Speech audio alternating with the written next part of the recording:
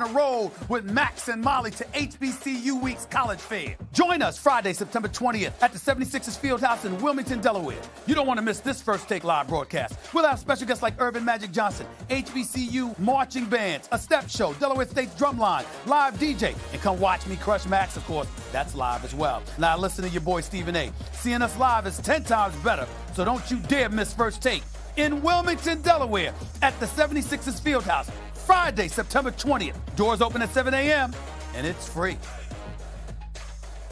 I think the quarterback-receiver relationship is so important. The more you know each other, the more you know what each other are thinking, the faster you can accelerate the trust and confidence in one another when you get on the field. But when you haven't played with guys, you've got to try to do it as quickly as possible. And the clock is ticking on us right now. This is not the off-season program. This is about real games that count, and we're going to try to spend as much time as we can together and really get up to speed and lock in with what our roles and responsibilities are. All right, Tom Brady not buying the hype. He's into work. Absolutely love that answer. Yes, no question. Our quarterback, Dan Orlovsky, still here with us. Max, I'm looking at you. Are you confident that this AB drama is over this season? No, I'm not confident. I suspect it might be, but I can't say I'm confident. I don't know that Belichick is confident either. How could someone be confident? Look, it looks to me from here like the dots connect themselves, and like AB was never going to play for the Raiders. Like he acted a fool with the Steelers to get out of that situation, and we all were questioning, like, is there something wrong with AB? Boy, he's being such a jerk and all these things. But then it's like, oh, no, he's not crazy. He's crazy like a fox. Look, he got his $30 million guaranteed. And then he started acting crazy. Like, think of the litany of things that he did with – he blames them for the helmet situation with the NFL. What? He's throwing his teammates, everyone under the bus with social media, huh?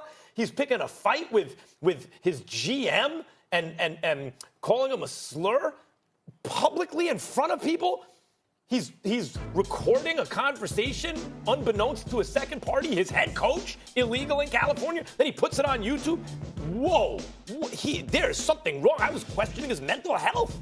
Oh, he didn't really want to play for the Raiders. He wanted to get to the Patriots. And Drew Rosenhaus, Bill Belichick do a lot of business together. Maybe that was the plan all along. Then you look at the structure of the Patriots deal. He gets his $9 million, whatever, and then $20 million option, Patriots option. So you go, well, it's the same $30 million. But notice, it's not a 2-year situation, right? The other is the team option. Because even Belichick, whatever other salary cap structure is taken into consideration, I think even Belichick knows, as good a situation as the Patriots is, you just don't know how much of this is for effect and how much of this is there is really something wrong with this dude. I suspect AB now has what he wants. I suspect if it's going to work anywhere, it'll work here. But I cannot say I am confident that, in fact, there isn't really something wrong here. So my answer is no, I am not confident.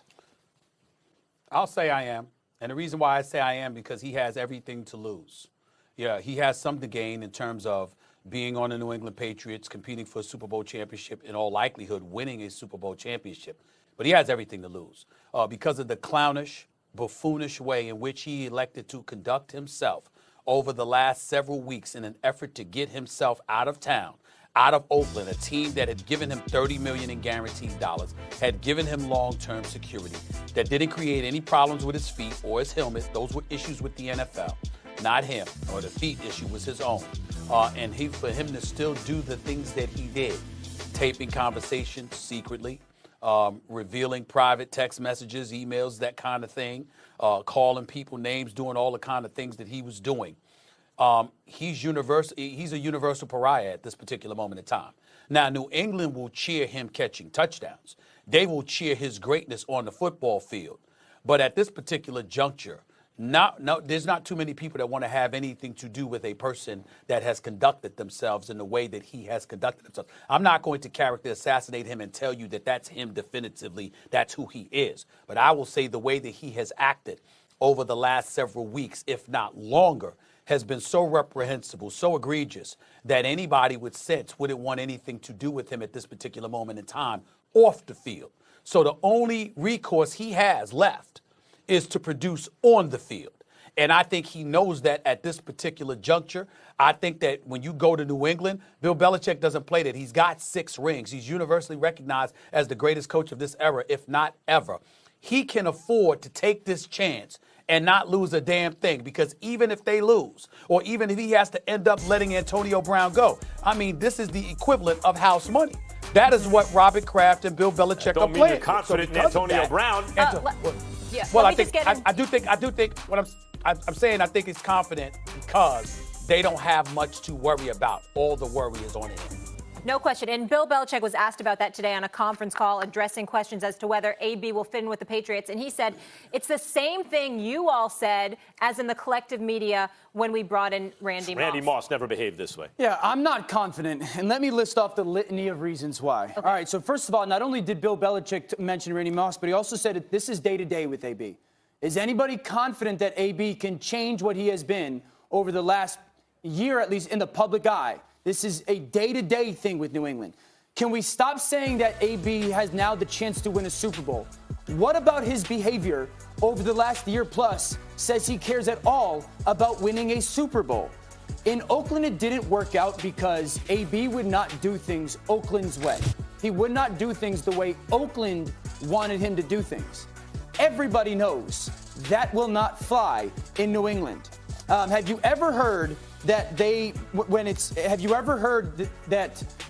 Patriots talk about just a singular player? We won because of this guy. No, Tom Brady always goes, well, we did this well, or we did that well. Tom Brady also talked that the most important thing moving forward is communication, the entirety of the team, and what is in the team's best interest.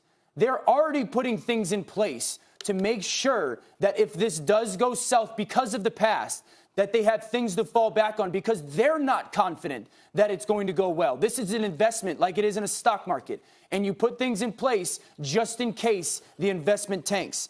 The last thing is this. When you go to New England and you don't do things well on tape, Bill Belichick calls you out in front of the team. In team meetings, he rips you. Do we believe that AB's ready to have that happen? For AB to run the route the wrong way, or in a scramble situation, not run away, and Bill Belichick hold him accountable and call him out in front of that team. And we think AB's just going to sit there and take that, even though he wouldn't do things a certain way in Oakland? Dan, is that a rhetorical question, or do you want an answer? Because the answer would be, it depends on Bill Belichick potentially and how he acts towards Tom Brady. Remember, Antonio Brown's issue in Pittsburgh. Remember, Antonio Brown's issue in Pittsburgh was not about how people came at him. Sure. It was about how people didn't come at Big Ben. But if Belichick, if the reports are true, and Teddy Bruschi and people like and Randy Moss and others who have played for Belichick can vouch for this, Bill Belichick would go at Tom Brady in front of everybody like he would anybody else. And I think if you're AB, a legitimate argument can be made that if you see that happen, then you don't absorb it the same because you recognize that if the GOAT can be gone after, like Tom Brady, then you understand that you're not immune either, as opposed to what was going on in Pittsburgh, according to AB. That's one of the reasons they've won 6 Super Bowls, although since they've won 6 Super Bowls, it really shouldn't matter how they go about it. They've figured out the best way to do it, but that is, in fact, the way they've gone about it. Question for both of you. Stephen A., I want you to start because you're the one arguing you're confident in AB. This is the international relations. You're dealing with another country. Do you believe they're a rational actor? Right? This is at the root of any kind of negotiation or interaction with two different actors, right? Is the other party a rational actor? Do you believe everything you're saying about he has no recourse is true, Stephen A., if he's a rational actor? Do you believe that about Antonio Brown? That's the word. That is the word you use, rational. The word I use is desperate. Because I'm saying that I think that if there's one thing that could potentially influence somebody, it's desperation. And if this is it, that might be desperate enough for you. Because you got to think about it this way. It's not like he's with some team struggling to get into the playoffs, but you find yourself in a desperate situation and they got to get you the ball and appease you and do all of these other things. No, you're going to the reigning defending Super Bowl champions who've won 2 of the last 3, who've won 6, who universally are recognized as having the greatest coach and the greatest quarterback. So the combination, and by the way, who religiously spanked your tail when you were in Pittsburgh and whenever you came to Foxborough. So because of that reality, that's where you want it to be. And I think it's a situation where potentially the desperation kicks in. And as a result, he's like, damn, Everything is Desperation on the overcomes line now. crazy. I got to shut If the he's hell up. crazy, desperation overcomes crazy. Stephen A., three things. I have seen that. I have seen that happen before. It's not often, but I have seen. By the way, desperation real overcome quick, crazy Dan, from time to time. I think it will work. I think, Stephen A., you're probably right, but I can't say I'm confident in it. I don't know that Antonio Brown's crazy like a fox. He may just be crazy. We will see. I would say three things. One, New England doesn't need him. Two, New England's better than any sports organization in North American history to be willing to admit their mistakes and cut their ties. And so one slip up, it could take one late meeting, you're gone. New England does not care about the money. And three is this: fool me once, shame on you. Oh, yeah. Fool me 2, 3, 4, 5, 6 times, shame on me. You could be confident in them, I'm not.